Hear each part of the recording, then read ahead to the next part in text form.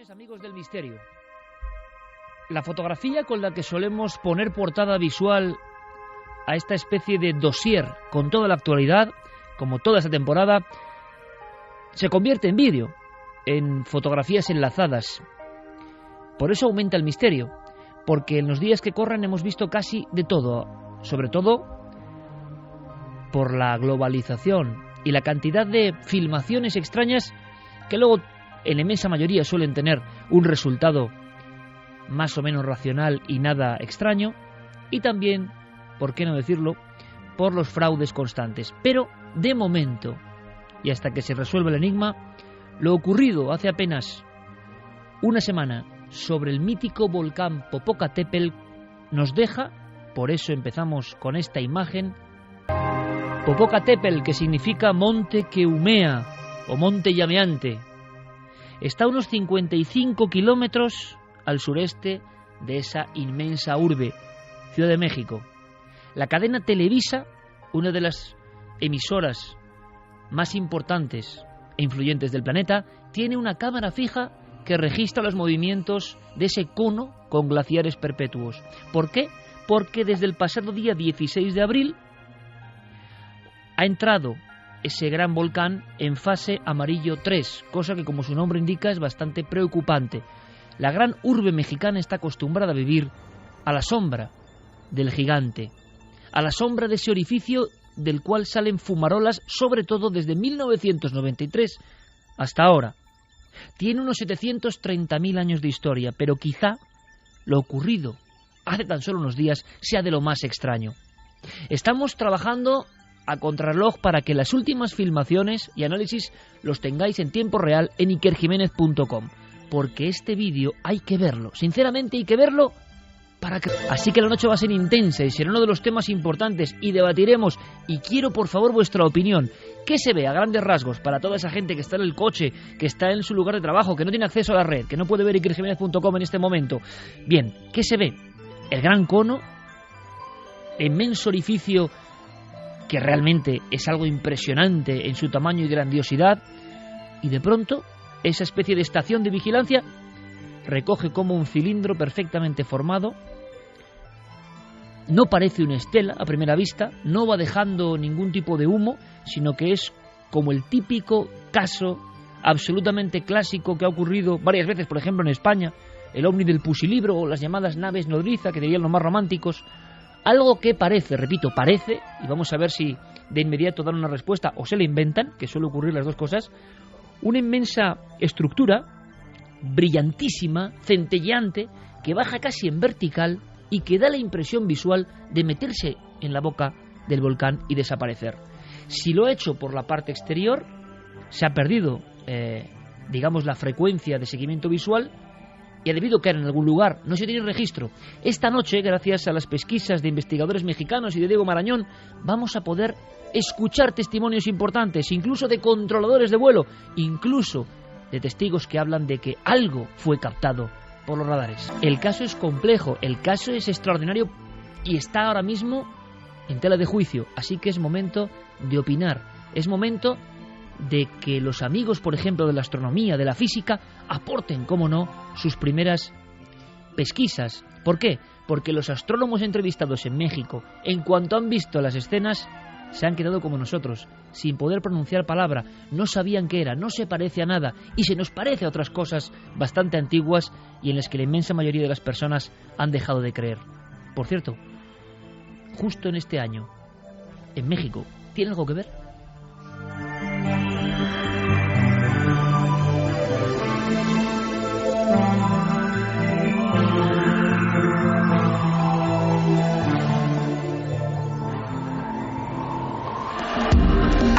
Nunca antes habías estado tan cerca de lo desconocido.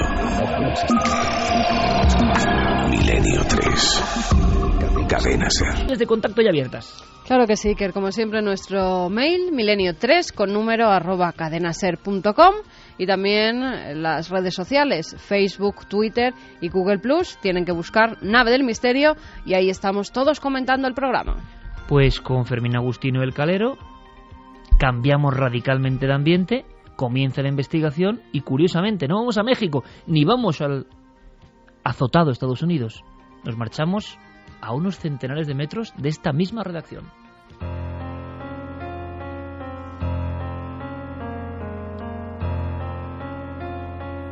Desde que lo compramos, los antiguos propietarios sí que contaban historias y contaban que había fantasmas o espectros. Algunos dicen que oyen ruidos por las noches.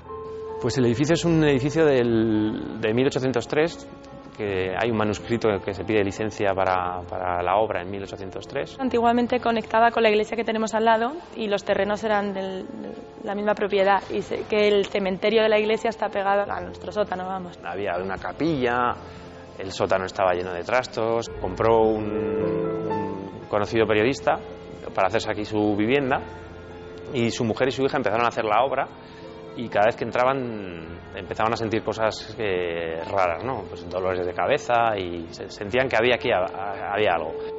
Es decir, nos dieron las llaves para que volviéramos a vender el edificio, y tardamos unos meses largos en venderlo. Pues al principio, cuando se estuvo haciendo la obra de rehabilitación del hostal, los obreros dejaban el ascensor. Había un ascensor antiguamente, lo dejaban por la tarde, a lo mejor estaba en la planta de arriba y no tenía electricidad ni nada. Cuando venían por la mañana estaba en la planta baja. Hubo un cliente que también nos hizo en la noche una foto a una ventana con el flash, y en la foto decía que aparecía una mujer con 2 niños ahorcados.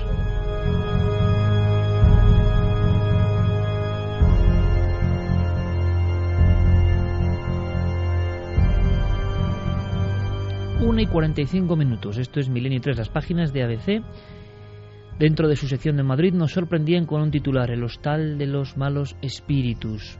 Nos habíamos enterado, y concretamente nuestro compañero Javier Pérez Campos, de esa inserción, incluso a nivel inmobiliario, y esas referencias comentando que había un lugar de difícil venta en pleno corazón viejo de Madrid. Lo que no sabíamos es que había una pareja de colegas, sobre todo él muy conocido, envueltos en esta historia, aunque precisamente el protagonista principal, digamos a nivel de celebridad, que es José Antonio Avellán, el famoso locutor, compañero en las líderes radiofónicas en otra emisora ahora, y su esposa hacen una inversión porque hay un local impresionante a un relativo bajo precio, y entonces empieza una historia que al final se acaba transformando en lo que decía este promotor inmobiliario. Tuvieron a los 3 meses sin llegar a vivir prácticamente que devolver las llaves. O sea, eso que hemos escuchado tantas veces en las películas, se fueron casi sin estar, ocurrió de verdad, y a personas de toda garantía, ¿no? Estamos hablando de un palacete que hay en la calle Cañizares, en el número 6. La verdad que es impresionante. Hemos hablado con la mujer ¿Mara? De este conocido periodista, con Mara Colás. Ni siquiera llegan a vivir allí, Iker. Hemos podido hablar con ella durante muchos minutos porque, como publicaba ABC, es un lugar que hoy en día es un hostal. Al parecer ahora se está vendiendo. Dice la empresa que no tiene nada que ver con los fantasmas, que quieren hacer nuevas inversiones en otros sitios y entonces por eso lo han puesto a la venta. Pero parece ser que este edificio tiene una historia anterior. Varios dueños de este palacete lo han ido dejando, además con muy pocos meses de diferencia. Enseguida querían venderlo porque al parecer dentro de estas 4 paredes ocurren fenómenos extraños. Hemos podido hablar con Mara, charlar tranquilamente, y si quieres escuchamos esa entrevista y luego comentamos lo que pasaba en ese edificio. Mara, buenas noches. Buenas noches, Carmen, es un placer hablar contigo. Igualmente, Mara. Sabemos que adquiristeis tú y tu familia una casa, una especie de palacete de principios del siglo XIX, y que allí empezaron a ocurrir cosas. Tú cuéntame cómo llegáis hasta ese inmueble y qué es lo que empieza a pasar que a ti te llama la atención. Como eres una experta en la materia, si te digo 2 cosas vas a ver perfectamente cuáles. Habrás oído muchos testimonios de mucha gente que ha pasado por circunstancias parecidas, y una es lo que puedes contar, que son hechos constatados, y otra cosa las sensaciones. Ya de entrada, la forma en que llega a mí ese palacete, porque es un palacio, con 7 protecciones oficiales, fue curiosísima, porque una gran agencia me dijo: te voy a ofrecer una cosa tiene que ser para ti, no vale para especular, si quieres te la paso, te la cedo, te va a encantar, está en un sitio malo, pero te vas a enamorar. Yo no sabía dónde iba, ni sabía los metros que tenía, ni nada. Yo necesitaba venirme de Las Rozas a Madrid porque mi marido tenía un horario muy apretado, tenía una niña muy pequeñita y quería estar cerca de Madrid para que su padre pudiera estar más tiempo con ella. Entonces fui a verlo y la primera vez que yo entré allí fue espectacular. O sea, yo pensé que me estaban tomando el pelo. Era imposible que ese tipo de casa fuera accesible para cualquier persona, que no fuera para una organización o una fundación, porque era maravillosa, era como el palacio de Sisi. Lo que pasa es que cuando yo entré en aquella casa no duré ni media hora, ya al principio fue horrible, me puse mala, malísima, tenía una jaqueca que era incapaz de poder ni abrir los ojos, la primera vez que yo entré en esa casa. Cuéntanos un poco, Mara, cómo era esa vivienda. ¿Tiene 2 pisos? ¿Tiene 2 plantas? ¿Hay alguna zona que te llamara la atención? La vivienda, lo que me enseñaron los dueños, que eran rarísimos, digo lo que me enseñaron porque llegué a comprar la vivienda sin ver como un tercio de la casa, pues siempre había excusas para no enseñarme cosas que luego me sorprendieron. La vivienda era maravillosa, tenía una entrada con un paso de carruajes en mármol rojo con 2 apliques de bronce de 1800 que tenían alarmas para que no se fueran robados, tenía un cristal emplomado que daba paso a un distribuidor con una consejería a la izquierda y una escalera como de baile de emperatriz. En la mitad de la escalera a tu derecha había una armadura antigua española y entrabas a un patio cuadrado, como de unos 100 metros cuadrados, que estaba pues lleno de policromías árabes alrededor, todo de mármol blanco, con una fuente en el medio, coronado por un emplomado gigantesco que daba luz a todo el interior de la casa.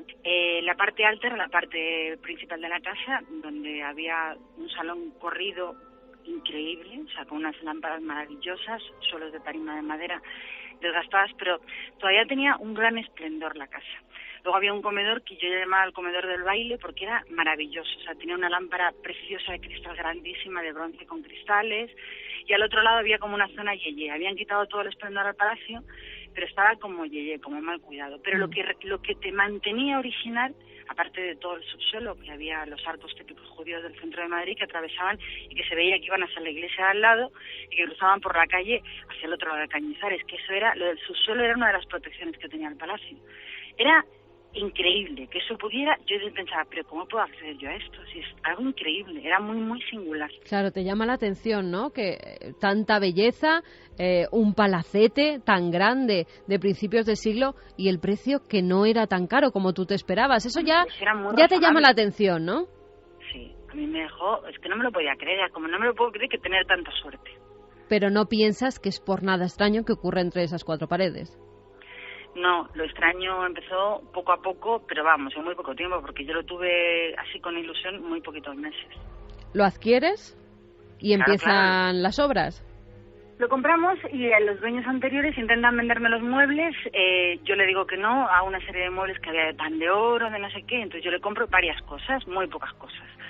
Lo curioso es que el día que yo firmo y me dan las llaves es el día que yo veo el resto de la casa y me di cuenta que dejan los muebles que he comprado y todo lo demás. Pero todo lo demás como si los hubieran abducido. O sea, me dejan todos los muebles que me intentaban vender, me dejan ropa, enseres, armarios, maletas. O sea, la casa como si hubieran desaparecido los dueños abducidos. ¿Y entonces qué empiezas a hacer? Me imagino que con toda la ilusión del mundo, como cuando compramos una vivienda, quieres hacer obras, quieres ponerla a tu estilo. Empiezan las obras y empiezan a ocurrir los fenómenos. Efectivamente, es que los fenómenos empezaron desde el día 1. Lo que pasa es que yo no los relacionaba. O sea, yo empiezo a pensar que todo el mundo me está tocando todo.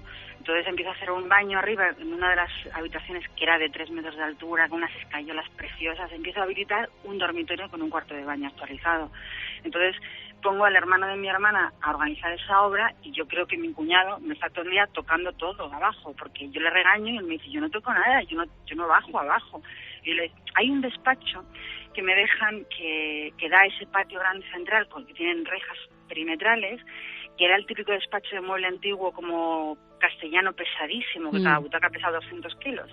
Bueno, pues todas las noches todo ese patio quedaba cerrado porque no vivía nadie y al día mañana siguiente las rejas de ese concretamente abiertas. 1, 2, 3, 5 veces, 7, 10.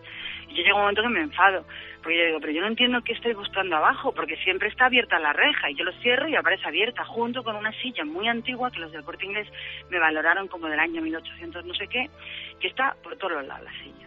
Entonces mi cuñado se enfada conmigo, me dice que él no toca nada y bueno, termina la obra, cambio la cerradura del portalón de la calle Cañizares, ya está todo el mundo fuera, ya no entra nadie más que yo y permanentemente las rejas quedan cerradas por la tarde y a la mañana siguiente están abiertas. La famosa silla de 1800 y pico desapareció, nunca jamás se supo dónde estaba esa silla. Pero hay un ascensor precioso de madera de caoba muy muy antiguo, hidráulico, que todo el mundo lo ha dicho posteriormente, yo es que lo he vivido en primera persona. El ascensor siempre se mueve solo. Según subes tú la escalera, el ascensor sube contigo, sin nadie. Tú te marchas de esa casa, lo dejas en la planta primera, y cuando llegas, siempre, permanentemente, el ascensor está en la planta alta, en la planta de arriba. Y eso ha ocurrido, yo no sé decirte, Carmen, 30 veces, todas las veces que iba a la casa, el ascensor tenía vida propia. ¿Ya piensas que están ocurriendo cosas extrañas, que hay cosas que no tienen explicación? ¿O intentas darle una explicación a todo? Llega un momento que yo ya no tengo ninguna explicación porque ya solo tengo acceso yo a la casa, entonces yo dejé de ir sola. O sea, yo iba siempre con mi hermano, quedaba con gente, porque durante un tiempo, en el proceso en que el guardés que nos dejaron en la casa, pues arreglamos sus papeles para despedirle y no sé qué, metían a una persona de mi entera confianza para que fuera abriendo las ventanas, la parte de arriba, fuera un poco organizando ese caos que había. Y la persona que yo pongo en mi confianza me dice que no se atreve a subir porque arriba hay ruidos. Claro, yo me río de ella porque está de 10 a 6 de la tarde y digo, pero ¿qué ruidos va a haber si no hay nadie, si hay un silencio? Porque es verdad que dentro de esa casa hay un silencio sepulcral, los muros son muy anchos y linda con una iglesia. Y ella me dice que está todo el tiempo sonando pisadas y ruidos arriba y que ella no se atreve. Entonces, durante el mes que está esta persona, pues yo pienso que es que me está tomando el pelo porque lo que no quiere es organizar ni limpiar nada. Entonces, cuando esa persona se va, todo el mundo se va y la llave solo la tengo yo, empiezo un poco, sinceramente, a aterrorizarme porque me pasan 25 cosas seguidas. Empiezo a soñar, tengo a tener muy malos sueños. Por supuesto, huelga a decir que entras en la casa y el típico escalofrío de la columna en pleno verano, en pleno mes de julio en Madrid, lo tienes permanentemente. Y ha llegado un día en que tomo una decisión de no volver sola. Quedo con mi hermano un mes de julio a las 5 de la tarde para arreglar un cristal que se ha rajado y que a mí me daba mucho tiempo, me daba un poco de respeto a la casa que ocurriera algo por responsabilidad civil, porque era como si tuviera vida propia, entonces no me fiaba, porque la energía era muy, muy negativa. Huelga a decir que yo siempre con dolor de cabeza, siempre sin energía, y llega un día que quedo con él a las 5 de la tarde en aquel mes de julio. Estoy sentada en la consejería de la casa esperando que llegue mi hermano y oigo en toda la galería del rectángulo a la derecha, desde la zona noble que pasa desde el salón por delante del ascensor, cruzando el comedor hacia la cocina que estaba al final del rectángulo, un paso firme de hombre, como de un hombre alto, enfadado, que camina con un paso ligero. Entonces oigo el crujido de la madera y el retumbao de la planta alta donde yo me encuentro por toda la casa. No sé por qué, estaba yo abstraída en mis cosas, subo diciendo, es mi hermano Fernando, no sé qué, ya está buscando, no sé qué, me está revolviendo las cosas y tal. Y cuando llego al otro lado de la casa, me doy, Carmen, perfecta cuenta que estoy absolutamente sola. Me entra un frío en la espalda, me di la vuelta y me fui a la calle. O sea, me fui a la calle, estuve esperando a mi hermano en la calle Cañizares para arriba y para abajo y le dije, yo no vuelvo a esta casa, mira lo que me acaba de ocurrir. Y me dijo, tú no has estado ahí. Y me dijo, ¿cómo voy a estar si solo tienes llaves tú y no se las das a nadie? Y decido aquel día que, como se lo cuento a mi marido, para decirle que esa casa maravillosa de la que yo me había enamorado, no la quiero ni en pintura. No quiero vivir en ella, hay una energía muy, muy negativa. No tengo explicación para los ruidos, porque otro día, estando abajo, se movió un fluorescente de la consejería, sonó como si se hubiera caído un armario de 4 puertas, subimos arriba y estaba todo impecable, no se había caído nada. O sea, siempre oías ruidos inexplicables, pasos, golpes muy fuertes que movían la luz, cosas que se movían, las rejas permanentemente se abrían de ese despacho, solo de ese despacho, y el ascensor ya ni te cuento. Maray, hay un día en el que descubrís que también hay una especie de capilla, ¿verdad? Hay una capilla al fondo de la planta baja, en la esquina, muy maltratada, con humedad, donde hay un montón de basura en el medio, muy grande, de enseres de toda una vida, cosas de plástico, no sé qué. Había un cuchillo de cazador con sangre, un cuchillo grande de cazador esos con sangre en la hoja. Era como, qué barbaridad. O sea, ¿cómo puede haber esto en una casa como esta? todo era como malos augurios, porque había una chimenea arriba en la zona norte que estaba llena de cartas de los años 40, luego había 3 bodegas en el subsuelo, una de ellas como tapiada por la mitad, que daban ganas de abrir, romper y ver por qué la habían tapiado, ¿no? ¿Qué es lo que escondía? Había una zona interior, que era un cuartito de estar, era un dormitorio y un aseo que estaba justo enfrente, en el rectángulo, enfrente a la calle Cañizares, que la parte interna de esas 3 cosas estaban bloqueadas con una puerta acorazada. Tenía 2 fichetes, una por cada lado. Entonces yo cuando cogí la casa y lo pude ver por vez primera, yo decía, ¿quién? Claro, no caí, pero yo pensaba, ¿quién puede estar tan asustado en su propia casa para estar blindado en una zona con 2 fichetes? Con lo cual, Mara, ni siquiera entráis a vivir allí, ni siquiera pernoctáis una sola noche. Uy, no, yo le dije a mi marido que yo no quería nada en esa casa, que además que yo tenía la sensación que iba a acabar conmigo, yo tenía sueños horribles, yo decía, no, es que no quiero nada. De hecho, cuando la pongo en venta, no me quedo con nada es nada. Dejo los muebles, dejo todo. O sea, y la gente me decía, pero cógete la consola de pan de oro que has comprado. Yo decía, no quiero nada de esa casa, está todo impregnado de malas vibraciones. Tú lo tomas como una casa con entidad propia, como si esa casa tuviera vida y no quería que nadie estuviera allí, que no movierais sus cosas, como si esos mismos muebles guardaran una historia oculta que no hemos podido averiguar, porque los de la propia agencia han estado investigando en qué era ese edificio y no han llegado tampoco a muchas conclusiones. No encontramos nada, por ejemplo, está desaparecido el registro de la casa desde 1803 hasta 1927, me parece que la compra un político madrileño. No sabemos nada de quién la habitó, por qué, se supone que se hizo sobre el campo santo de la iglesia de al lado, no tengo ni idea. Lo que sí tengo, claro, que esto suena, Carmen, esto suena a loca perdida, yo no lo soy porque no soy ninguna experta en esa materia, nunca me ha pasado nada antes de la calle Cañizares y nunca después, estos últimos 10 años. Pero sí que la sensación cuando yo entraba ahí era como si 100 personas que te odian estuvieran mirando. O sea, la energía era tan negativa que por más que abrieras las ventanas yo me sentía como con aire pesadísimo. Te chupa la energía. Además, curiosamente, mi hija Saray le pasaba lo mismo. Era chiquitita, entraba conmigo, no salía de la consejería y tenía la pobrecita una ojeras y un dolor de cabeza y yo le decía, vete a jugar, que hay muchas cosas. Y me decía, no mamá, que tiene mal rollo. Me decía, y era súper pequeñita entonces. Y siendo la niña pequeña, ella llegó, porque sabes que los niños son más intuitivos, que parece que ven otro mundo, que nosotros no podemos llegar a él, ya pasada una edad. ¿La niña te comentó en algún momento si veía algo, si había, no sé, sentido algo en esa vivienda? Fíjate que no, porque yo tenía a la pequeña, pero la pequeña no pasaba de la recepción, no quería entrar, nunca quiso entrar. Y yo le decía, pues vas a vivir aquí. Y me decía, ya verás cómo no. Mira. Y de ahí no la sacaba, con el ya verás cómo no. Oye, no se equivocó. Fíjate. Yo ya no quería vivir ahí, ni dormir ahí se quedó el baño nuevo, ahí se quedó todo. Qué listos son los niños. Qué listos son los niños. Hay una iglesia al lado donde, según publica ABC, allí al parecer mataron a 7 monjes y se utilizó también como refugio en la Guerra Civil Española. ¿Tú crees que tiene algo que ver o no lo relacionas? Yo tenía 2 sensaciones. Una sensación masculina muy maligna, o sea, muy cargada de hostilidad. Esa sensación de un hombre que te está siguiendo y te está mirando, o sea, es una sensación, yo no he visto nunca nada. O sea, yo solamente he visto objetos que se mueven, golpes, pisadas, yo no he visto jamás nada. Y luego otra de víctima femenina. Entonces tienes varias sensaciones. Yo no sé si eso tiene que ver con la guerra. A un hombre que compró la casa, me parece que en el 27, se la quitaron los milicianos y fue un refugio de milicianos que aprovecharon para matar a los monjes de al lado. Pero yo tengo la sensación de que el secreto de esa casa es anterior. De hecho, en el patio hay un sumidero, pues yo te diría de 50 o 60 por 60, que es una losa que levantas y de un sumidero que cae al subsuelo del Madrid antiguo, que recuerda que pasaban muchas aguas por abajo de Madrid, que estaba entero excavado. Pues una vez tiramos una piedra, hoy te asustaba. Y yo le decía a mi hermano, madre mía, qué barbaridad, tú ahí tiras un niño entero y cae para abajo, o sea, y nadie lo encuentra nunca, porque era un sumidero brutalmente grande.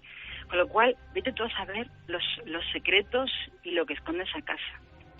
Pues Mara Colás, 1000 gracias por tu testimonio, de verdad. 1000 gracias, Mara. Carmen, un abrazo muy fuerte para ti y todos tus oyentes. 2 y 3 minutos de la noche. Esta era la conversación, fragmentos de alguna forma de una gran conversación que hemos colocado aquí entre 2 mujeres que además con mucha complicidad han desarrollado una historia, sobre todo, claro, Mara Colás, que yo quiero felicitarle personalmente, porque claro, es una profesional también del medio, sabe contar, pero cómo lo vivía, cómo lo transmitía, lo vivido. Mencionaba a su hija pequeña. Claro. Solo alguien que ha vivido esos fenómenos en primera persona puede contarlos como nos ha contado. Además, una persona siendo colega, compañera de la radio, sabe perfectamente cómo describir los sucesos que han vivido. Sí, ella pero y su familia. se ve una verdad, es que la han pasado muy mal. Mencionaba a la niña pequeña que precisamente, yo no sé por qué, por cuestiones de horario no puedo seguir ese programa tan célebre que es La Voz, pero que participaba en el programa, creo, sí. la chica, una chica joven, que era pequeña en el momento que ocurre todo esto y que, claro, esto es y un que año hablaba 2001. Claro, y hablaba con su madre diciendo, verás cómo aquí no vamos a vivir. Pero luego hemos visto, por supuesto, de inmediato que os ha parecido. Quiero agradecerlo porque, en fin, hablamos de la esposa de José Antonio Avellán y buenos profesionales en el sentido de muy conocidos, muy célebres, no tienen nada que ganar con todo esto, indudablemente, y que siendo compañeros de otra emisora no hayan tenido ningún problema para atender nuestra llamada, pues de verdad nos alegra mucho, ¿no? Porque hay circunstancias en las cuales yo creo que las emisoras en ese aspecto son lo de menos, ¿no? Nos interesa saber, contar, y cuando hay un compañero o unos compañeros como en este caso, nos interesa doblemente porque sabemos que somos los primeros que nos solemos callar las cosas, sinceramente, porque nos debemos al público. ¿Cómo vamos a de repente contar una historia así? Claro, solo si es absolutamente verdad y te ha impactado, ¿no? Claro, hay más cosas. Primero hay un puzzle muy extraño de hechos y de situaciones. Estaba escuchando atentamente a Mara Colás y me estaba viendo a la mente de verdad la historia de Amityville, ¿no? La historia mucho más dramática en Amityville, indudablemente, pero donde hay una habitación roja, recordaréis, Santi, Javi, Carmen, una habitación tapiada, una habitación roja que luego se descubre que es una especie de sumidero que a un cementerio, no en este caso de monjes, de una cercana parroquia que hay en Madrid, en esa zona, una zona muy castiza donde ocurre esto, una zona, para los que no seáis de Madrid, muy especial, que ha cambiado con el tiempo, pero que en esencia sigue siendo lo mismo, y yo la he recorrido muchas veces por una circunstancia. En la calle Magdalena, muy cerca, estaba la Hemeroteca Nacional hace unos 15-20 años, cuando éramos muy asiduos visitantes, ¿no? Buscando recortes del misterio. Estaba allí, en la calle Magdalena, al lado de este lugar. Pero claro, en Amityville, por ejemplo, el sumidero grande que había en una habitación roja llevaba hasta un lugar donde los indios habían sido no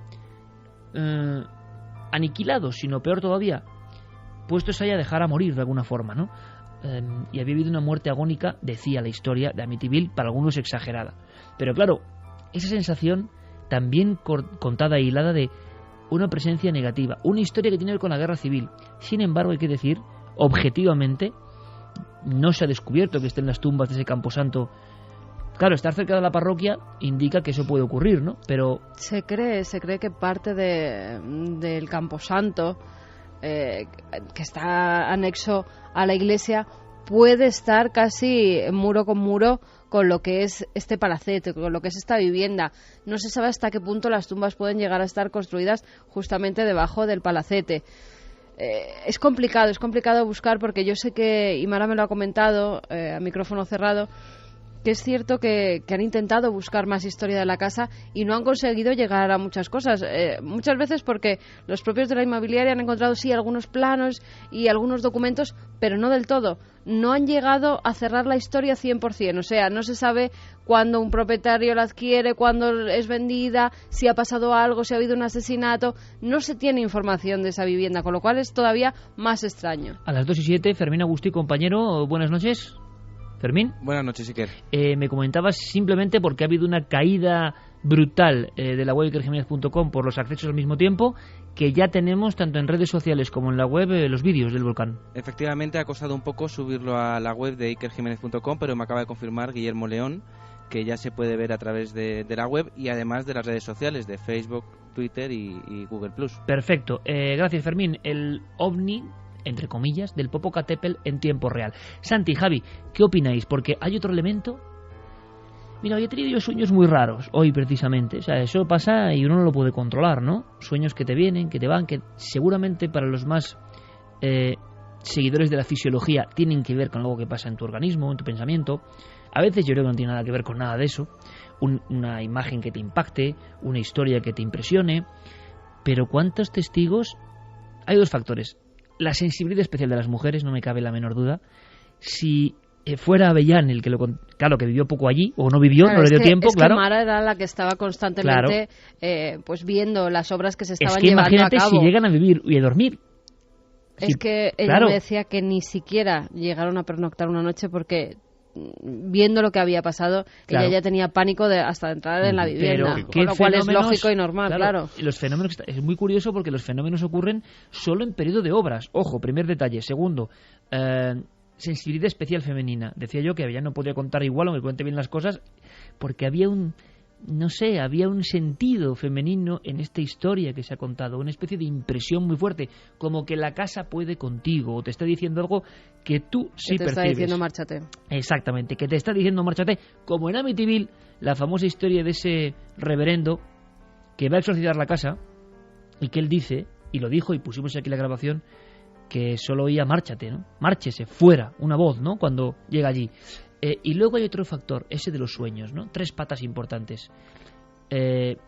Al mismo tiempo, aunque no se pernocte en la casa, se está trabajando, está uno vinculado a ella con las preocupaciones de una casa, y en el otro domicilio, en Las Rozas en este caso, uno está recibiendo una información onírica que a veces desechamos como diciendo son sueños y no valen de nada, pero que igual nos están indicando algo, ¿no? En fin, es un caso en pleno corazón de Madrid que rescatamos para todos vosotros, con voces, ponemos voces a todo lo que contaba hoy ABC.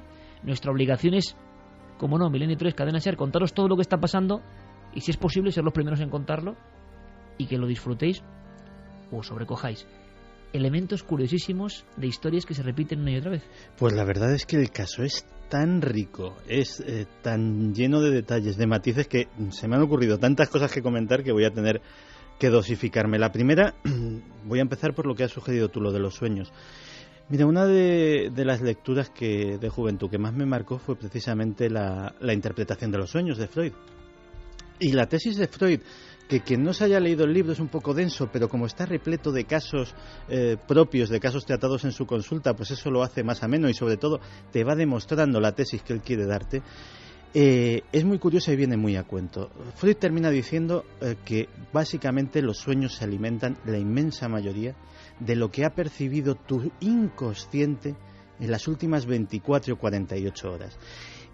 Cosas de las que no has sido ni siquiera consciente, que no han traspasado el umbral de la percepción, y sin embargo tus sentidos, no solo los 5 sentidos físicos, a lo mejor también otros sextos sentidos las han percibido, y probablemente esos sueños inquietantes, esos sueños que ella definía como horribles, que no quiero ni imaginarme en qué podrían consistir, pues después de pasar una jornada que a lo mejor, pues aparte de estos hechos inexplicables, pues ella estaba con sus obreros, pues con su cuñado, pues oye, lo que es una ama de casa que está preparando su nuevo hogar, muy atareada, sobre todo un hogar de esas dimensiones y de esa envergadura.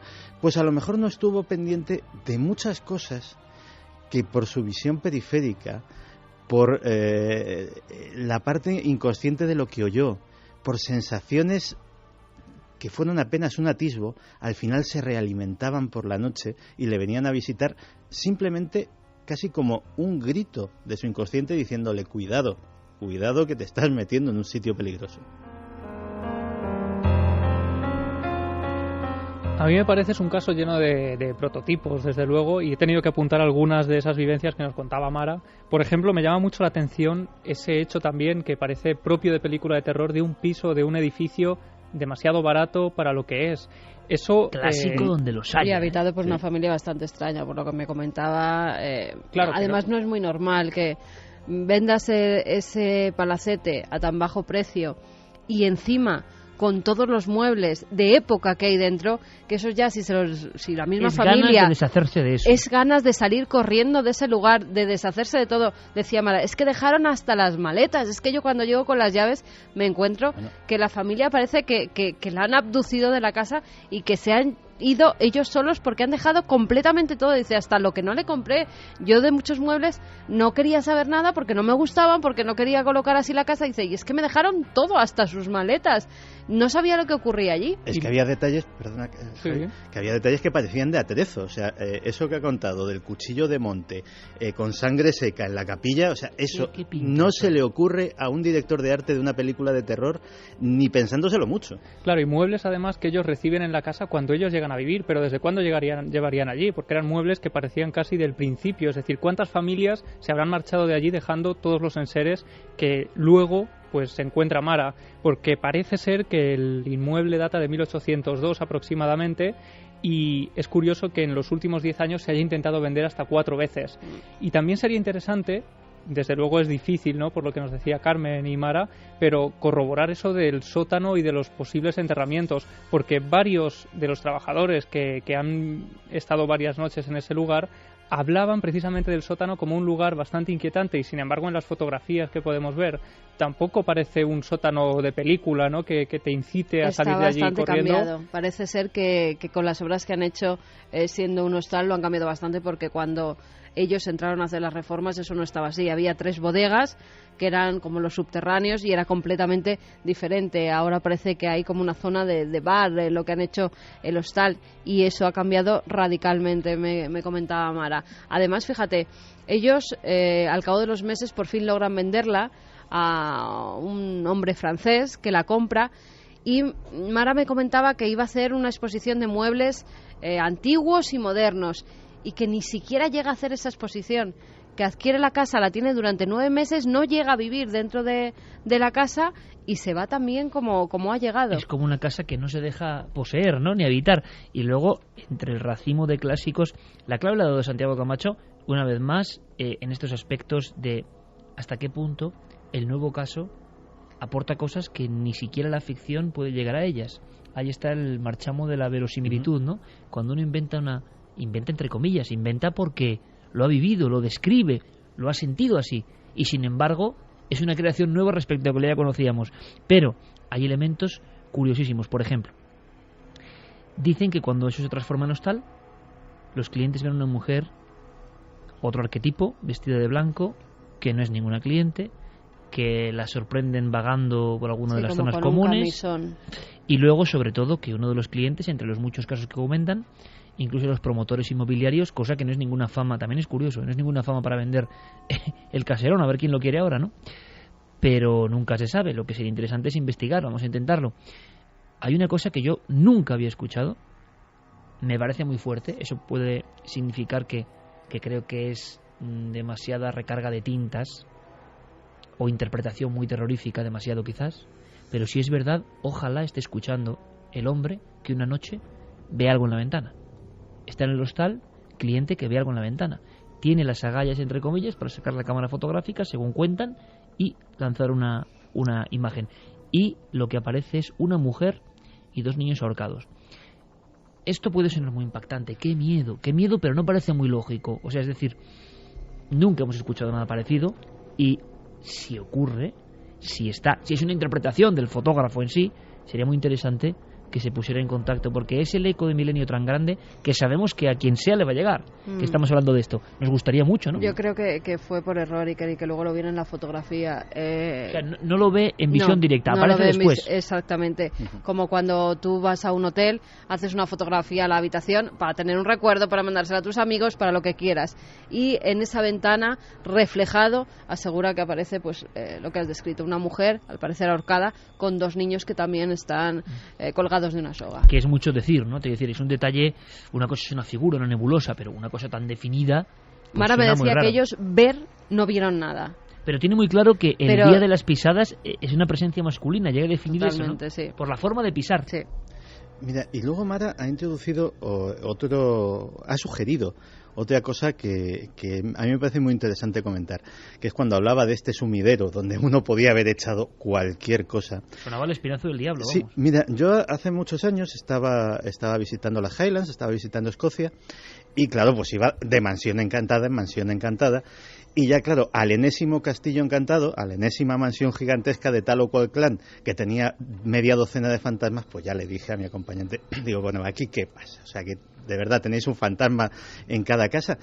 Y claro, me hizo una reflexión que no se me olvidará hasta ahora. Dice, mira, nosotros ahora, tú, yo, tú en Madrid, pues yo en Glasgow, vivimos en casas pues de 50, de 100, de 200, de 400 metros cuadrados. Perfecto. Y eso es una casa que está en una ciudad, que tiene vecinos, que es un chalet adosado, que es una... Esto es una casa que tiene 4.000 metros cuadrados. Y esto, aparte de ser muy grande, en aquella época daba impunidad. En estos muros, durante todos estos siglos, aquí ha pasado de todo. Y nadie fuera de estos muros se ha enterado jamás de lo que sucedía. Y eso es lo que diferencia una de esas grandes mansiones, que realmente con nuestra vida urbana o incluso rural de hoy en día, no nos podemos imaginar lo que era vivir en un entorno enorme, completamente cerrado, completamente aislado del mundo, donde las personas muchas veces, sobre todo si pillaban a un cabeza de familia que fuera especialmente tiránico, etcétera, etcétera, podían vivir en un mundo prisionero. Exacto, encerrados en su propio mundo. Ahora escuchamos rápidamente, primera ráfaga, porque vamos de inmediato con lo que está pasando en México en tiempo real, vuestras opiniones de qué os ha parecido este caso, ¿no? Nuestra obligación era hablar con los protagonistas. Pero lo dice muy bien Santi, la sensación de que ya han pasado cosas. Viendo el aspecto del lugar, hemos visto fotografías e imágenes del lugar ya remozado, pero la propia distribución suena a palacete donde, no sé, o han ocurrido cosas raras, o muy de logia extraña, no sé, suena algo que no acaba de entenderse.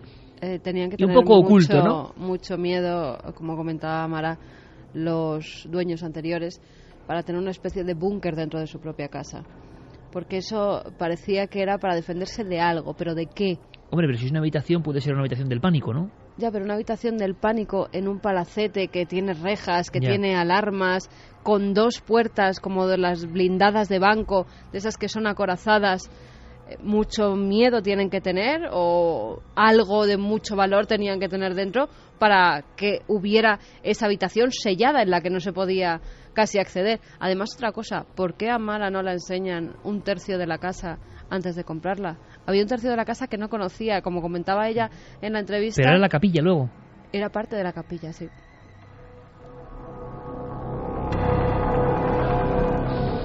¿Qué dice nuestro público? Repetimos vías de contacto porque también va a ser interesante la opinión, la perspicacia, detectives de Milenio 3, por supuesto, en torno a la siguiente imagen que va a copar la actualidad, que es la de el ovni sobre el volcán Popocatépetl hace apenas una semana. Pues repetimos las vías de contacto, milenio3 con número @cadenaser.com y la nave del misterio, tanto en Facebook como en Twitter, como en Google+.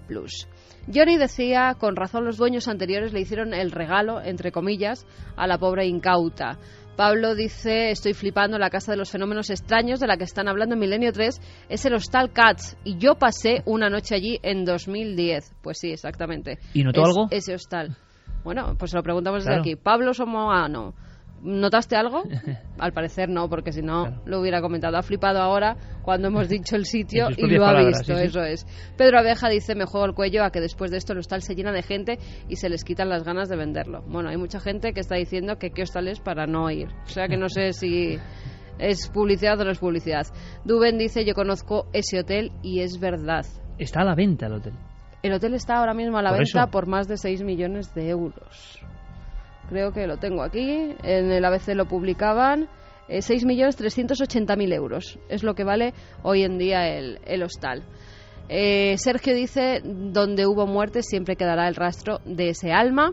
Borja Fernández, ahora la gente al escuchar esto quiere ir, pero al historiador, ¿por qué no ha ido antes? Supuestamente un palacete de Madrid lo deberían conocer.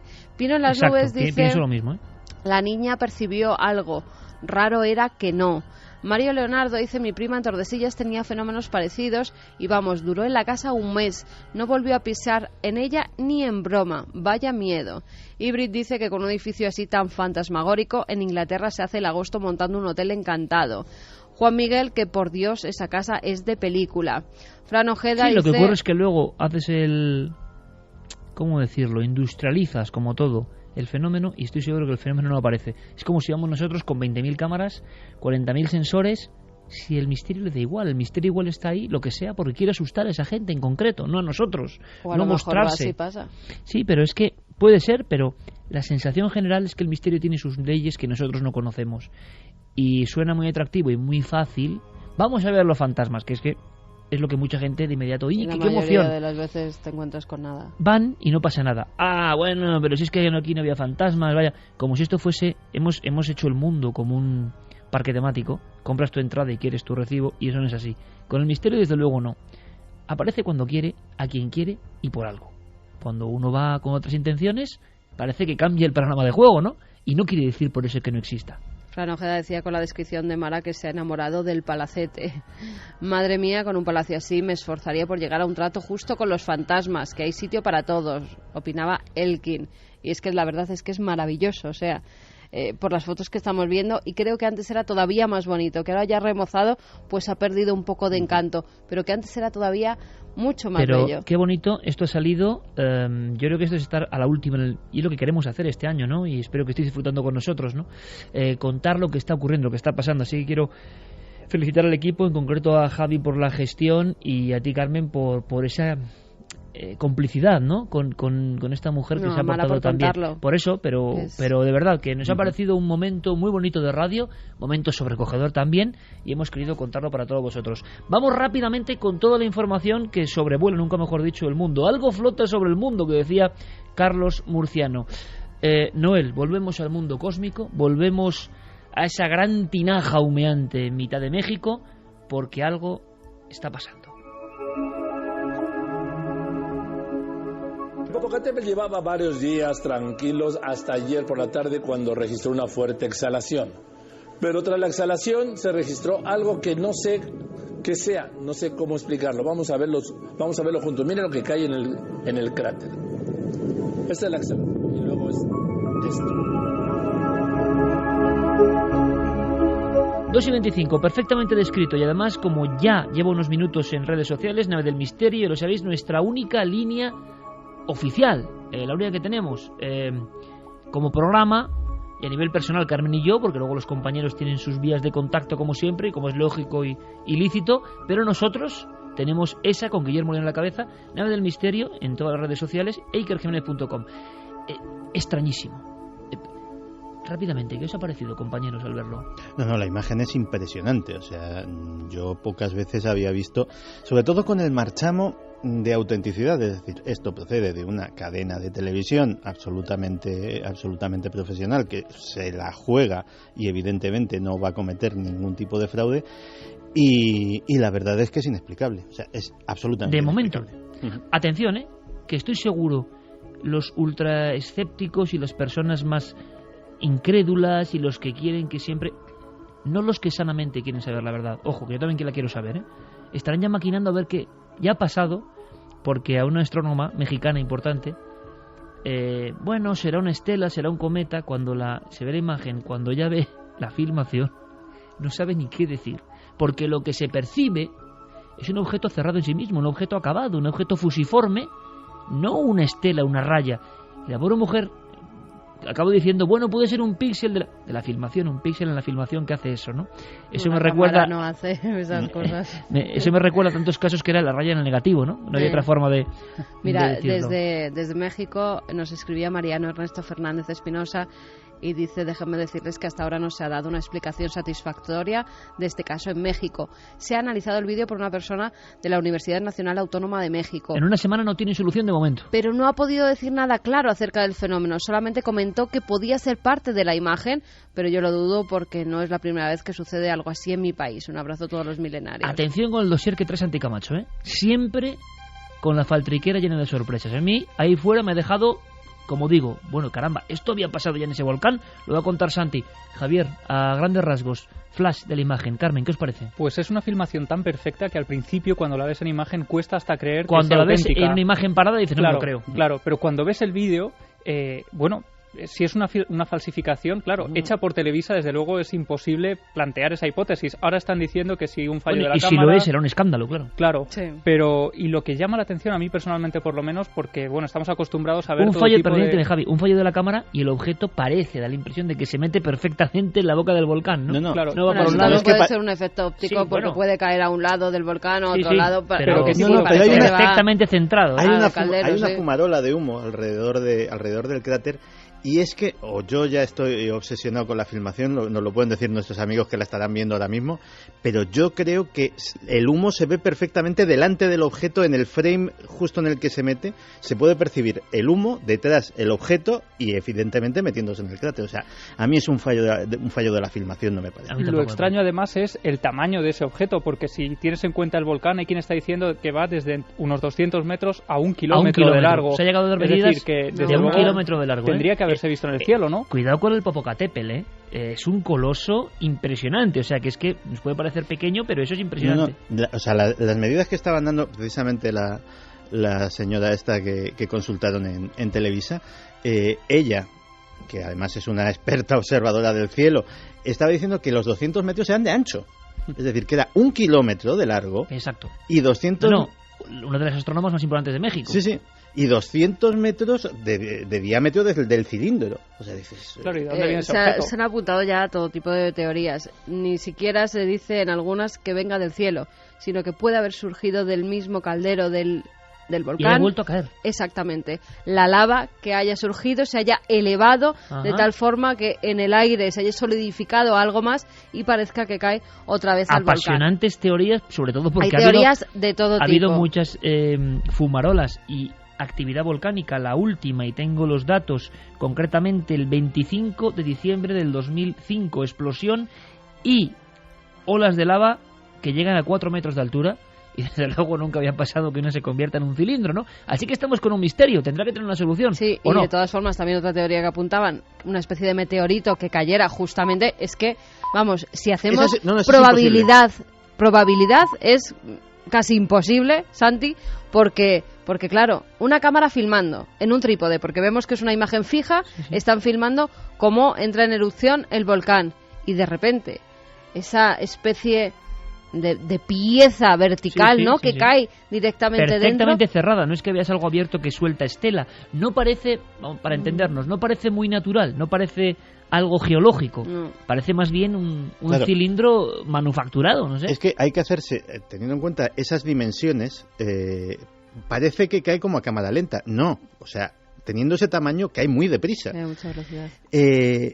Si eso fuera un objeto físico, o por lo menos, y aquí es donde me voy a poner un poco más aventurado, si eso fuese un objeto que obedeciese las leyes físicas convencionales, de entrada, esa famosa fumarola de humo se hubiese desplazado por el propio desplazamiento del objeto. La caída hubiese Una ocasionado... explosión brutal. O sea, la energía cinética de un objeto de ese tamaño Claro, cayendo a esa claro. velocidad, la que genera es muy O gorda. sea que es otra cosa. Es otra cosa. O sea, yo no dudo que Yo el he objeto pensado esté lo ahí, mismo. ni dudo de la Claro, filmación. primero- Pero que no se comporta como un objeto físico convencional, también te lo digo. Como el profundo misterio de los ovnis, si es que es esto y no es una gran falsificación, nos enteramos dentro de... Bueno, que será un escándalo para Televisa. Era muy interesante el corte que nos enviaba Diego Marañón de cómo se quedara el propio presentador de los informativos. Esto no sé bien qué es. Y siguen una semana después sin saberlo. Al parecer, Diego Marañón, el autor de este seguimiento, nuestro detective de los misterios. Diego, buenas noches, compañero. Hola, Iker, ¿qué tal estamos? Bueno, pues en México imagino que noticia, no sé si del año, pero desde luego por ahí anda, porque más impactante que estas imágenes sobre el volcán sagrado, imposible. Sí, desde luego ¿Qué se se habla... sabe en este momento? Se habla incluso de psicosis social en los diarios de México. Lo que estabais escuchando al principio, el corte que hemos oído, era el periodista Joaquín López Dóriga, que es el conductor del informativo nocturno principal de Televisa, uno de los más seguidos, uno de los más importantes de México. Esa emisión era del pasado viernes 26 de octubre. Ellos consiguieron las imágenes 24 horas antes, pero comentaban que ante el asombro de lo que habían visto, decidieron primero tomarse un tiempo para consultarlo con la mayor cantidad de expertos posibles y no emitirlo hasta que de alguna manera los expertos autentificasen las imágenes o del asombro descartasen que tenían en el cuerpo, fraude. claro. Efectivamente. Los medios mexicanos, bueno, se hicieron eco inmediatamente de esa noticia. La red social Twitter, ardió literalmente. Fue una de las piezas más difundidas del informativo. Lo que se ve, Iker, es lo que habéis descrito, una especie de cuerpo cilíndrico, según ellos dicen, porque hay quien ha dicho que se observa una especie de brillo central en la imagen, una sombra. Es curioso lo que comentabais, que la explicación esta de que fuera una saturación de los píxeles de la cámara es algo que los propios técnicos de Televisa, los propios realizadores de la imagen han desmentido, han quitado esa posibilidad de circulación. Pero enseguida el astrónomo, por si acaso, lo decía. Sí, que es una cosa que es muy curiosa, ¿no? Sí, ellos mismos, los realizadores, decían que eso, si era una saturación de píxeles, era la primera saturación de píxeles que veían de ese tipo. Se aprende mucho con estos acontecimientos, Diego, y ahora vamos a ir escuchando algunos cortes a los que has accedido y que son interesantísimos. Lo vais a escuchar, incluso controladores aéreos de la zona.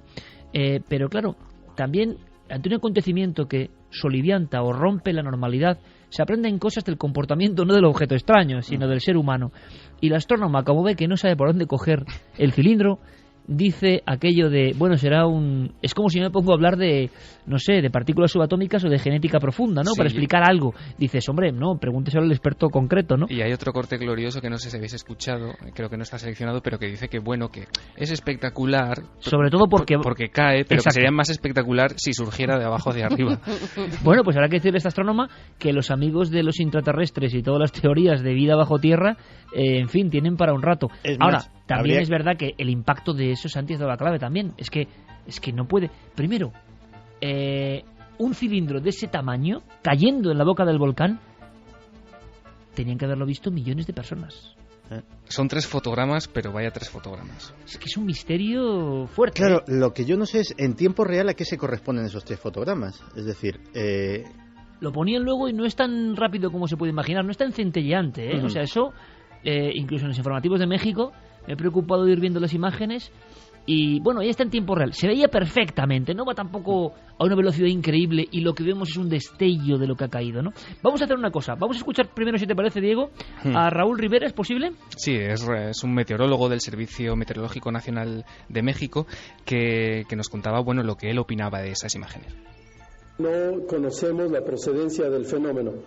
Es simplemente un objeto que no conocemos su constitución, no sabemos de qué es. Lo que sabemos es obviamente que llega desde la atmósfera alta, tiene un impacto, pero ese impacto tampoco se ve reflejado en las imágenes de satélite o en este momento en las fotografías web. Fotografías, no, filmaciones que, repito, tenéis en ikerjimenez.com y en la Nave del Misterio en Facebook, en Twitter y en todas estas cosas. Vamos a ver, dice este hombre, este meteorólogo, que llega de la alta atmósfera, ya contradice la teoría de aquellos que aseguran que es la propia lava solidificada, digamos, en una recaída, ¿no? Claro, el problema que hay con esto, o el principal obstáculo que ponían los que se oponían a esa teoría, era que el objeto, de alguna manera, no tenía fuerza de estar rozando contra el calor del volcán, ¿no? No se veía ningún tipo de estela ni de fuerza que, ¿sabes?, que erosionase, digamos, el objeto.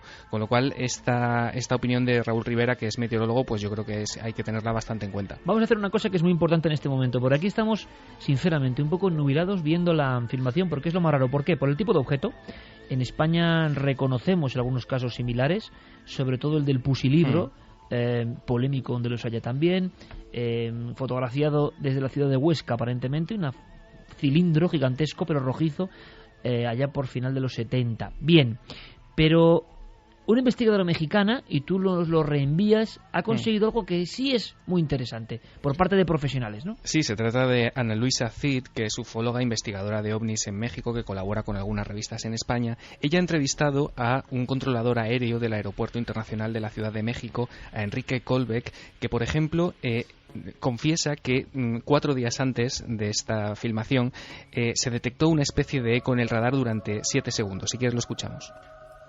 Yo lo que me pasó el día 21 a las 0:50 más o menos, la madrugada del 21, apareció un eco primario sobre el volcán. Y entonces estamos en abocarnos en conseguir la grabación para tener el hecho. ¿Hay alguien que pueda volar ahí? No, nadie, eso está prohibido. Es más, en mi vida, tengo ya bastantes años en México, y en mi vida había visto un eco primario sobre el cono del volcán. Esta fue la primera vez, duró como 5, 6, 7 segundos, y después ya el radar le da el tratamiento de pérdida, le dio un vector, se movía hacia el suroeste, lo detecta justamente sobre el volcán, después alejándose al suroeste del volcán, y ya le pone el puntito y lo elimina, y así pasó. Pero en ese momento que yo acababa de pasar 2 aviones a la siguiente sección, a la siguiente fracción de control, y entonces lo vi de inmediato. Por eso es que fue muy fortuito, duró muy poco y sí lo vi aparecer ahí. Entonces inmediatamente le pregunté a los demás que estaban en la pantalla, en sus pantallas, si habían visto el eco primario, y todos me dijeron que sí. Hombre, nos parece de verdad de película, pero Enrique Colbeck, este controlador aéreo de uno de los lugares de tránsito aéreo más importantes del planeta, un nódulo esencial, distingue y dice que nunca había ocurrido un eco primario sobre la boca del volcán. Claro, y además esto ocurre el día 21, Iker, pero incluso antes, el 11 de octubre, el propio presentador de este noticiero, Joaquín López Dóriga, daba a conocer esta actividad del volcán, y de repente, mientras estaban conectando en directo, aparecían otros 2 objetos luminosos que se movían rápidamente, uno en la parte superior de la pantalla y el otro hacia la mitad, ambos de izquierda a derecha, y también se quedaban con la mosca detrás de la oreja, porque tampoco es muy habitual, y de hecho luego escucharemos cómo el tráfico aéreo encima del volcán está bastante limitado. Enrique Colbeck, Iker, descarta que se tratase de una nube del volcán.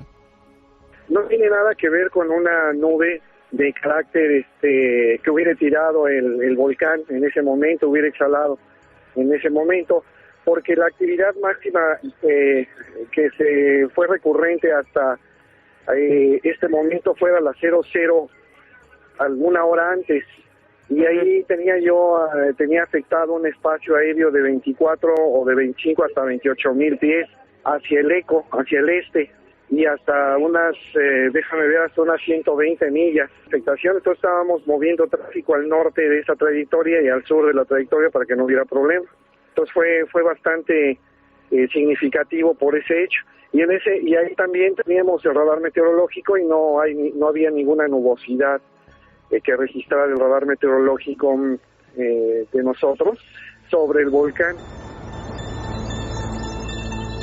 2:40 en tiempo real y en conexión con todo el mundo, como ocurre ya. Necesitamos opinión de meteorólogos, de astrónomos, de físicos, de geólogos. Todos podéis participar porque queremos saber más. Es una de las filmaciones, no nos cabe duda ninguno, más intrigantes de los últimos tiempos. Ocurre en pleno 2012, en pleno mes de noviembre ya, final de octubre mejor dicho, y en este año tan clave. Imagino que todo está lleno de significado y simbolismo para algunos.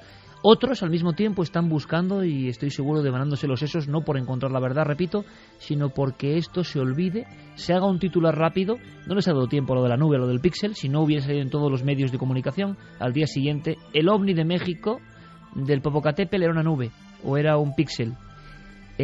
Como es tan espectacular es difícil creerlo, pero en otros muchos casos ocurre, la prensa lo dice al día siguiente, repicando la noticia, porque casi es mejor, y después el tema se olvida, porque es que ha pasado más de una vez. Santi tiene ganas de contarnos alguna cosa que ha ocurrido en la boca de este mismo volcán, o sea, es decir, es un hecho reincidente, ya nos hace pensar, pero hay un documento más de Colbeck, ¿no?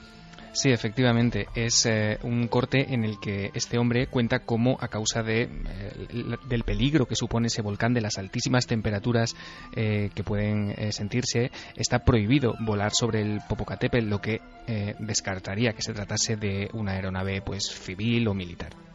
Eso no es posible, eso no puede ocurrir, es un área prohibida y está restringida a 10 millas. Sí, en el centro está ubicado geográficamente el volcán y no existe posibilidad alguna de que se autorice un vuelo en esas condiciones. El que lo haría es muy arriesgado, porque en una exhalación volcánica la ascensión de la nube o de la pluma se hace rapidísimo y entonces causaría un problema serio.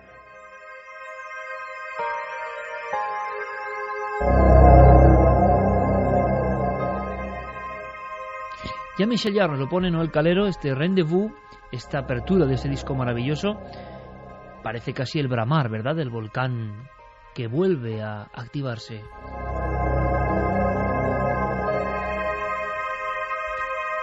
Y es que hay dos cuestiones que lanzo ahora mismo, Diego, y por supuesto puedes participar en cualquier momento. Esta es la información a la investigadora Ana Luisa Cid. Agradecemos, por supuesto, yo creo que es un documento muy interesante y que Diego Marañón nos reenvía para que podáis disfrutarlo, para saber más entre todos.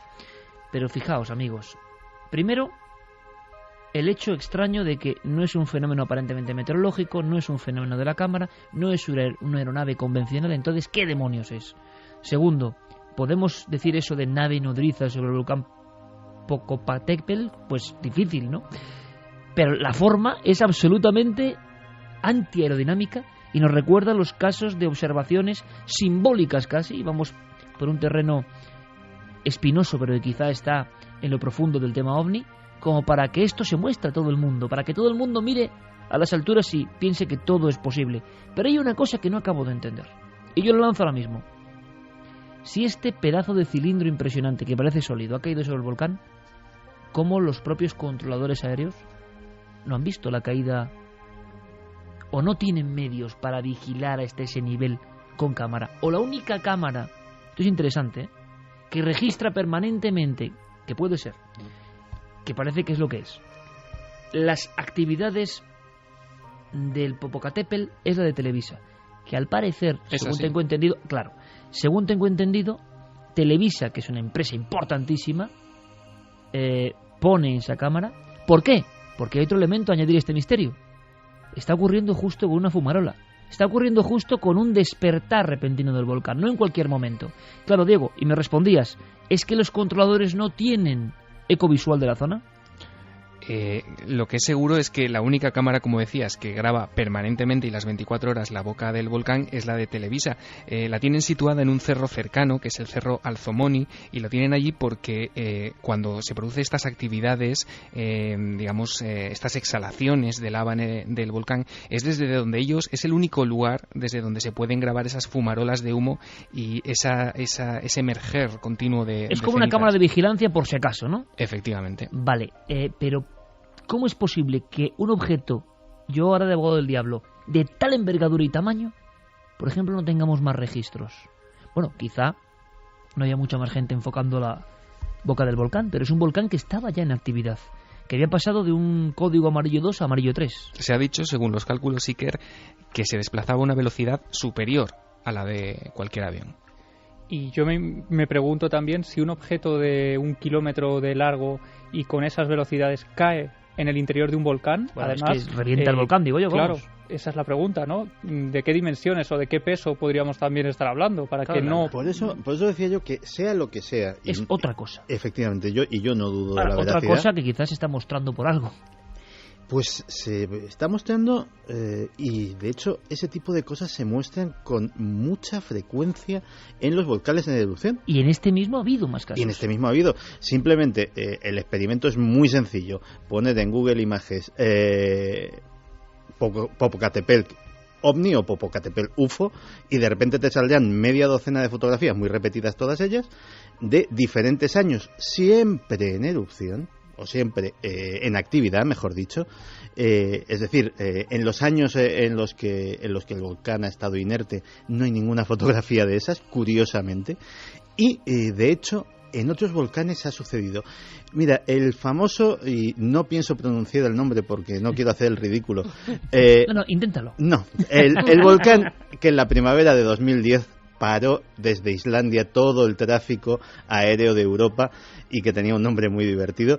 Sí, que de repente se convirtió en una especie de enviado a la naturaleza que nos demostró a todos que podía paralizar Europa. Un volcán. Pues también tiene sus fotografías de objetos extraños a su alrededor. Y básicamente todos los volcanes en erupción, no te voy a decir todos con exhaustividad, pero la inmensa mayoría se han dado este tipo de casos que, bueno, como son fotografías y las fotografías siempre las ponemos en cuarentena, decimos, bueno, cosas raras. Cosas que han surgido a raíz del suceso impresionante y que la gente por internet ha ido poniendo cosas, e incluso hay algunas impresionantes, los amigos canarios lo saben bien, las explosión impresionante del Teneguía, el despertar del Teneguía, el año 71. Yo recuerdo que tuvimos visto fotografías. Claro, hay estructuras que salen del volcán impresionantes, ¿no? En el Vesubio se veía, por lo que ocurría con los huecos, que ahí habían salido piedras gigantescas. Pero claro, el problema, Santi, es que esto no parece una piedra trazada al azar, irregular. Es que lo alucinante es que su formación es tan absurda como perfecta. A no ser que alguien haya manipulado la cámara que está 24 horas grabando. Porque a mí una cámara que no está controlada ya por una persona que está allí en ese momento grabándolo, ya me escama. Oye, qué interesante, porque aquí abrimos otra opción, la del posible sabotaje, pero yo ¿cómo? Si es alguien de verdad, algún cámara de Televisa que estaba grabando allí con su trípode con esto, vale. Diego, pero la cámara una está cámara más solitaria, fija, ¿no? 24 horas allí, que alguien puede acceder, porque si es un cerro y han podido colocar ahí una cámara y se sabe y han podido acceder. ¿Pero cómo accedes a la imagen? Es que no sé qué tipo de grabación es una tiene. Cámara de grabación continua. Sí, es una cámara automatizada de las que graban continuamente 24 horas. No hay nadie allí, simplemente está la cámara. ¿Y dónde se recoge la imagen? ¿En la propia Televisa? Supongo que sí, no tengo el dato concreto, pero incluso la posibilidad que apuntáis de que se trate de un sabotaje o de que la imagen esté manipulada se ha lanzado ya, acusando incluso a Televisa de propagar esta noticia como una especie de cortina de humo para... se ha dicho ya esto, ¿eh? Sí, para dejar de hablar de de otros asuntos lógicamente más trascendentes e importantes de la realidad social de México. Se ha dicho, sí, y la teoría desde luego está circulando ya desde el propio día 25 en la red. Me parece muy interesante porque surge esa posibilidad de sabotaje interno, pero claro, en una cámara de continuo tiene que haber un momento en que o se cambia la cinta o se para o el frame... Bueno, hemos visto cámaras de grabación continua en edificios oficiales que han sido manipuladas. No, y además también hay que contar con que ha habido precedentes. Es decir, este es el caso más famoso por el dramatismo, pero no es la primera vez que una cámara de televisión, esta vez con operadores, capta un objeto muy similar. Corría el año 2010 también, y era la televisión canadiense, concretamente, la CTV. Y estaban rodando una cosa absolutamente inocente, que era un reportajito sobre una cosa que era una novedad tecnológica en aquel momento, que eran los cuadricópteros teledirigidos. Estos juguetitos que ahora están tan de moda que se pueden hasta dirigir con el smartphone. En aquel momento, 2010, acababan de salir al mercado, pues había el señor experto en tecnología que estaba haciendo su demostración, y en el fondo, en el cielo, pues cruza un insecto. Ya está, no tiene mayor trascendencia. Hasta que a alguien se le ocurre pasar eso frame a frame.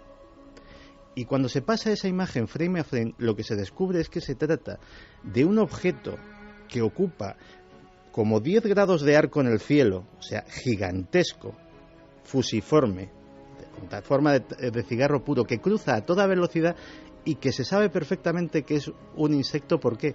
Porque pasa por detrás de las cabezas de las dos personas que estaban en el plano en ese momento. Y entonces dice, ¿qué ha captado esa cámara? Que se ve, se ve a simple vista, se ve algo que cruza el cielo, pero que lo primero que piensas, porque no piensas en lo imposible, es que ha sido un insecto pasando a toda pastilla. Pero desde luego no era. Y luego, en los últimos días, concretamente en Kentucky, un objeto de esa misma condición, es decir, un objeto luminoso, fusiforme, estuvo un par de horas, dicen, en el cielo, y fue grabado durante esas horas por un astrónomo aficionado que se llama Allen Eplin, cuya grabación también se puede acceder a través de la red a ella. Y lo que muchos incluso en Estados Unidos ya dicen que el ovni de Kentucky se metió en el Popocatépetl. Hay unos días de diferencia, ya es hilar muy fino, pero las semejanzas entre ambos objetos es tal que efectivamente es fácil hacer esa Nos esa recuerda consideración. todo esto, Santiago, Javier, Carmen, a los famosísimos ROTS, ya perdidos un poco en el tiempo. El fenómeno surge, tiene raíces con México. Y claro, la impresión es de algo más biológico, ¿no? Que tiene como antenitas o patitas, y para algunos han sido siempre insectos con determinado movimiento y que generan un aspecto como de bastoncillos, por eso el nombre rod, bastoncillos. Claro, pero esto o es un rod muy bueno o parece realmente muy grande. Ahora, ¿cómo es posible que el tamaño aparente es que pasa por debajo del volcán y se pierde? Por lo tanto, está a esa distancia. Es si curioso, no, pasaría por delante de la cámara y sería mucho más pequeño. Es curioso, Iker, que quizá, y te lo digo porque he estado esta semana siguiendo un poco los diarios de México, los menos sorprendidos son los habitantes de la propia región y los que les pillan más cerca ese volcán. Por ejemplo, el diario Cambio contaba que los habitantes de la localidad de Metepec se lo tomaban como algo bastante natural porque afirmaban que la presencia de ruidos, de luces, es constante en la región, sobre todo desde 1994, cuando para ellos, desde ese punto, es absolutamente habitual y vamos, se lo toman como algo bastante cotidiano. A mí me mosca que no haya testimonios claro, de gente de los pueblos de alrededor que no hayan visto caer hay dos objeto. Cosas. Esa falta de testimonios que nos asombra, pero por otro lado, la velocidad del objeto que parece que se oculta, ¿no? Que eso también es un poco como intrigante, ¿no? Parece que se esconde de algo. Lo que decía Carmen, no hay testimonios, no han salido personas que atestiguen haber visualizado esto. Un objeto tan gigantesco, claro. Se tenía que oír algo o que ver algo. Diego, ¿hay información sobre ello o no? No la hay. Simplemente no se ha recogido, ya te digo, este diario Cambio se desplazó hacia la zona de Metepec y estuvo haciendo, digamos, una especie de sondeo entre los habitantes. Ellos vieron las imágenes y, bueno, dijeron que eso era bastante habitual, pero no hay, digamos, un testimonio gráfico o audiovisual que podamos escuchar. ¿Eso o es que el objeto lo hizo muy rápido? Porque son apenas nada, no sé qué tiempo, apenas un segundo, ¿no? Hay otra cámara, hay otra posibilidad de que hubiera aparecido, ya te adelanto que no aparece nada en esa otra filmación, recogida por otra cámara, creo que esta pertenecía al Servicio Meteorológico de México, pero esa cámara no graba, digamos, de manera continua, sino a intervalos. Es la típica cámara que graba frame, a lo mejor pasan 2 segundos y te pilla otro frame. Entonces y en esa no sale el objeto, se contrastó, ¿no? El mismo día, a la misma hora, en esa otra cámara no aparece absolutamente nada y la posibilidad que apuntaban era o que bien se tratase de un fallo de la cámara principal, quiero decir, de lo que hemos visto, o que la segunda cámara hubiese pasado el objeto en ese intervalo en el que no hay grabación. Claro, porque es menos de un segundo, pero esto es un misterio enorme que tiene posible conspiración, posible falsificación, posible objeto real. Algo pasa en ese volcán. Impresión brutal en todo México. 2012, o sea, en fin, una cuestión prácticamente de novela. La sensación que tenemos es de que esto está ocurriendo ahora mismo y que seguramente en un tiempo, bueno, pues tengamos una situación quizá de resolución. Es raro que en una semana, también lo digo, es muy raro que en una semana no hayan dado, ¿verdad?, con el veredicto científico racional. Siempre pasa menos tiempo. O sea que el caso debe ser más complicado de lo que nos parece. ¿Qué dice nuestro público? ¿Ellos tienen alguna opción? ¿Alguna solución?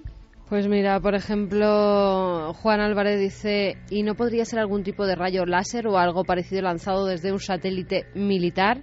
Borja le contesta, un rayo láser disparado a un volcán aparte que eso no tiene nada de láser. Pero interesante también, porque parece algo de eso también, ¿no? Algo físico, pero que al mismo tiempo de una tecnología desconocida. José María dice, no se comporta como un objeto físico, sin embargo tiene sombra. Buenas noches a todos los milenarios. Tiene sombra. Begoña Seijo dice, mi marido es geólogo y lo de la lava subiendo, solidificando en perfecto cilindro y descendiendo no le parece creíble. Sergio nos comentaba que al tema OVNI no le dan la repercusión que merece.